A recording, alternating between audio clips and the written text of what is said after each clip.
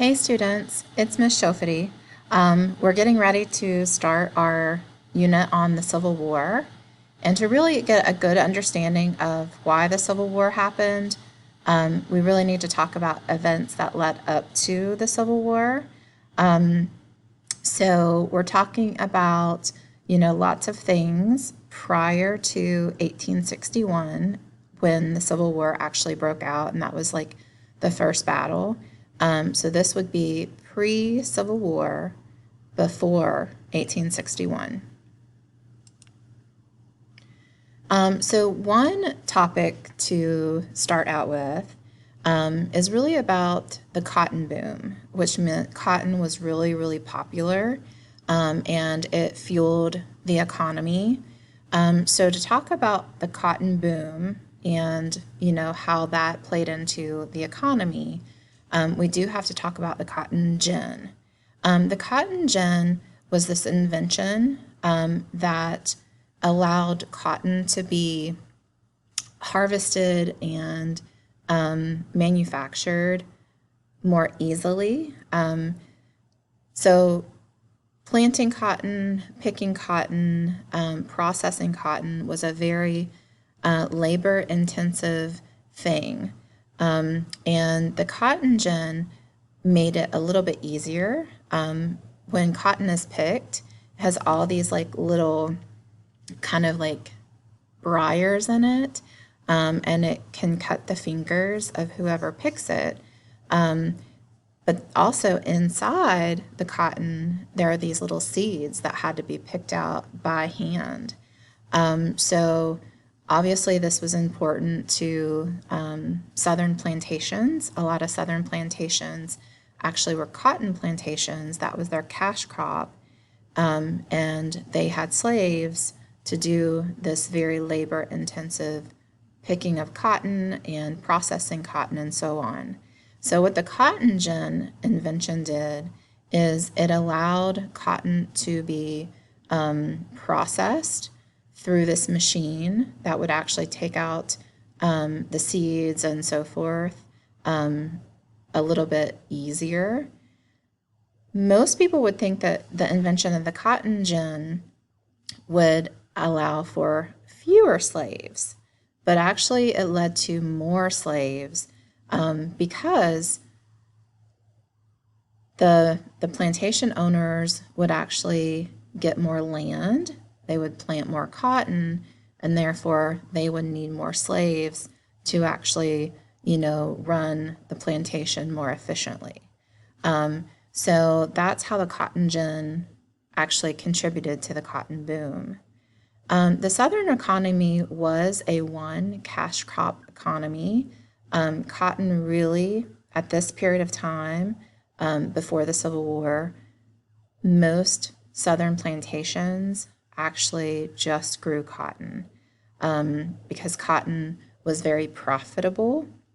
And one reason that was very profitable is because the northern states actually had a lot of manufacturing and factories, and they would buy the South's cotton and they would manufacture clothes and textiles and other things.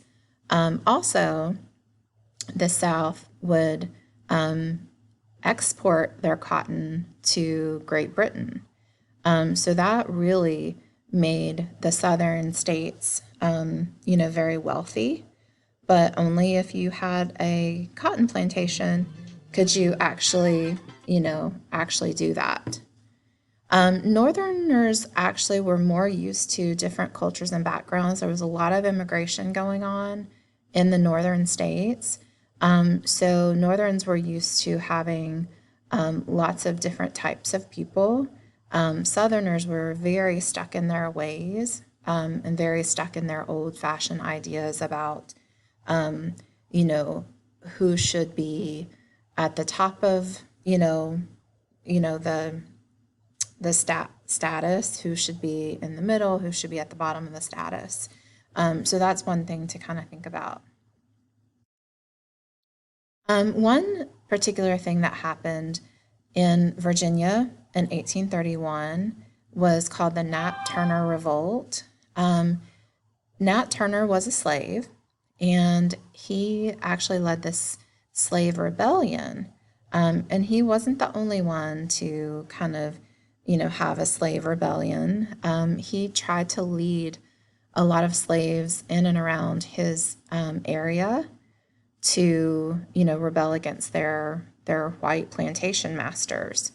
So in this particular Nat Turner revolt, about 55 to 65 white plantation owners, neighbors, and so forth were killed. And this actually caused a lot of fear amongst, the white population, because they thought that, enslaved people were going to revolt against them and rebel against them and kill them. So the few rights that slaves had were actually further restricted and taken away because of slave revolts and Nat Turner's revolt in particular. So there was a lot of abolitionist movement going on. You guys have studied the word abolitionism before. Abolitionists are a group of people of all colors. And, some abolitionists, were obviously in the North, but there were some abolitionists in the South as well. But they were a group of people who believed very strongly that slavery was a sin, and they did not agree with slavery. So they risked their lives to help to end slavery. And this is when you would have probably studying abolitionism is when you would probably have heard Harriet Tubman's name a lot. She was associated with the Underground Railroad, but obviously she couldn't have done all of that on her own. She had to have other people who considered themselves abolitionists to help because, an Underground Railroad doesn't work if there's just one person doing it. So some other famous abolitionists were Sojourner Truth, William Lloyd Garrison, and Frederick Douglass. Now, those are only a very, very few of many, many abolitionists, some of which we will never know their names, but they were nonetheless extremely important to the abolitionist movement. Another thing that happened prior to the Civil War, but was very important, was this idea of making sure that there were an equal number of slave states in the United States and free states. So having a balance of slave states and free states was something that the government really wanted to maintain. So when you had new states coming into, being a state, a lot of them had to decide, or the people in that state had to decide whether they were going to be a slave state or a free state.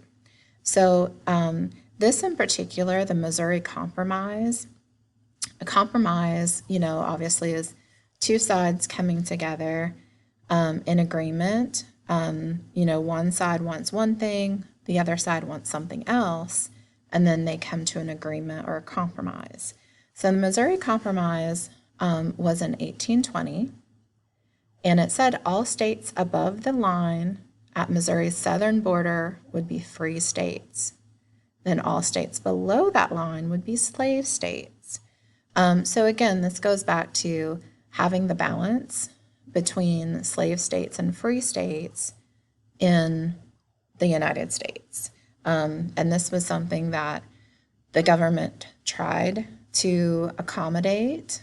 Even if they didn't agree, it had to be a compromise between all the states.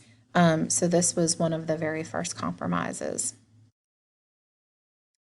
Another compromise that would lead to a lot of violence was the Kansas-Nebraska Act.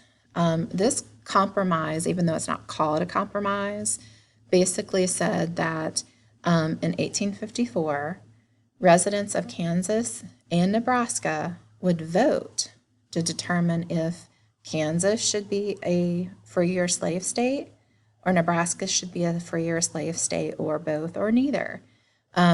So in this, as you probably will read in the tech book, there were a lot of people who wanted to kind of influence this vote.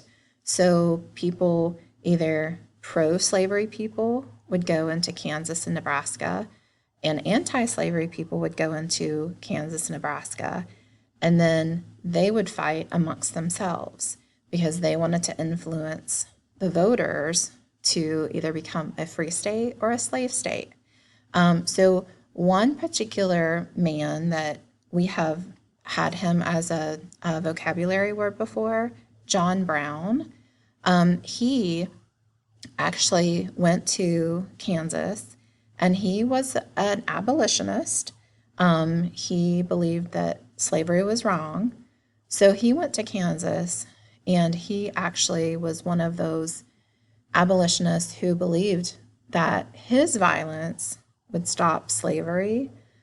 So he led this movement to have violent overthrow of this, voting, and it turned into something called Bleeding Kansas, or Bloody Kansas. You might read that, but that was another kind of compromise to say, should there be an equal number of slave states and free states, and what will that look like in the United States? All right, so Compromise of 1850.